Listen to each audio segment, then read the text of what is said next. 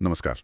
आज 7 अगस्त 2025 भारतीय शेयर बाजार की बात करते हैं। आज काफी हलचल रही। जी बिल्कुल। हमारे पास आज के दिन का पूरा विश्लेषण है और कल के लिए क्या रणनीति हो सकती है, इस पर भी कुछ विचार हैं। तो चलिए सीधे मुद्दे पर आते हैं। हाँ। सुबह बाजार नीचे गया, पर शाम होते होते संभल भी गया। क्या कहानी रही आज की? बिल्कुल।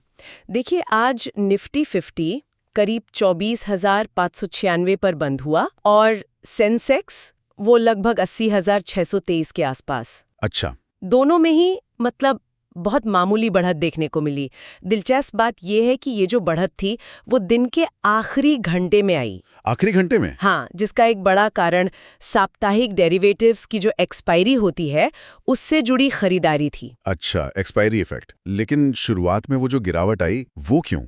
ऐसा क्या हुआ कि बाजार एकदम से नीचे चला गया? हाँ, वो गिरावट उसकी मुख्य वजह अमेरिका के पूर्व राष्ट्रपति डोनाल्ड ट्रंप का वो बयान था। ओह हाँ। जिसमें भारत से आने वाले सामान पर मतलब 50% टैरिफ लगाने की बात कही गई थी। 50%? हाँ, ये तो बड़ी खबर थी। जी। तो इस खबर से निवेशकों में थोड़ी कह सकते हैं घबराहट फैली, खासकर उन कंपनियों के शेयर्स में जो निर्यात पर ज्यादा निर्भर है। जैसे टेक्सटाइल हो गया, फार्मा, ऑटो पार्ट्स। ये सेक्टर सीधे तौर पर प्रभावित हो सकते हैं ना? हाँ बिल्कुल।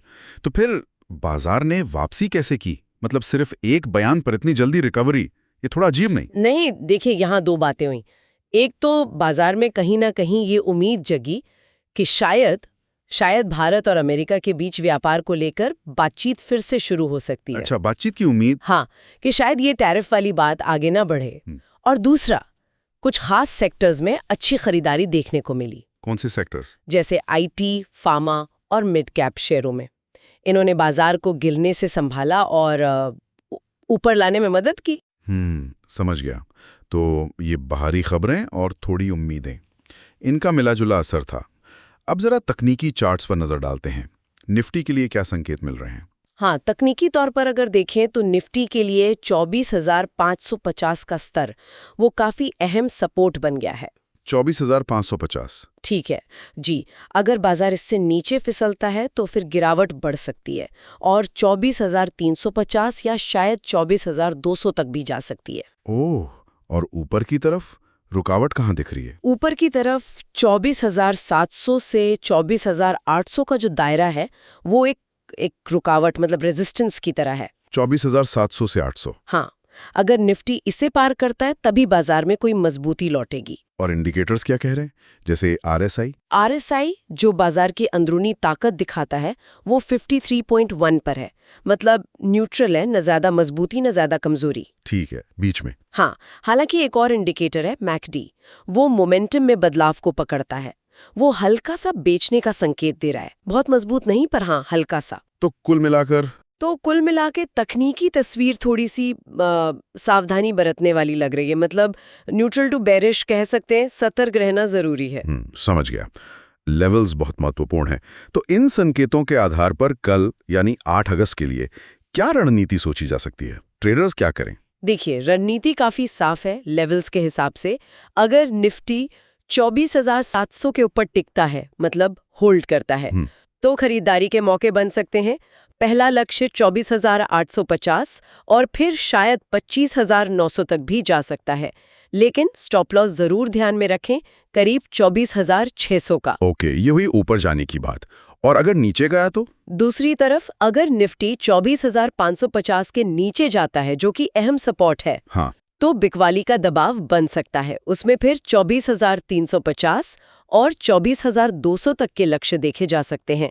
यहाँ स्टॉप लॉस लगभग 24,650 का लगाना समझदारी होगी। ठीक है। और एक खास बात ये कि जब तक निफ्टी 24,550 के ऊपर बना हुआ है, तब तक किसी भी गिरावट को मतलब डिप्स को खरीदारी के मौके की तरह देखा जा सकता है। बाय ऑन डिप्स जिसे कहते हैं। अच्छा, बाय ऑन डिप्स की स्ट्रैटेजी। और सेक्टर्स के लिहाज से मौजूदा माहौल में कहाँ ध्यान देना ठीक रहेगा? हाँ, मौजूदा हालात को देखते हुए खासकर ये अमेरिका भारत व्यापार तनाव की जो आशंका है, हाँ, अनिश्चितता तो है। बिल्कुल, तो बाजार में उतार चढ़ाव बना रह सकता है।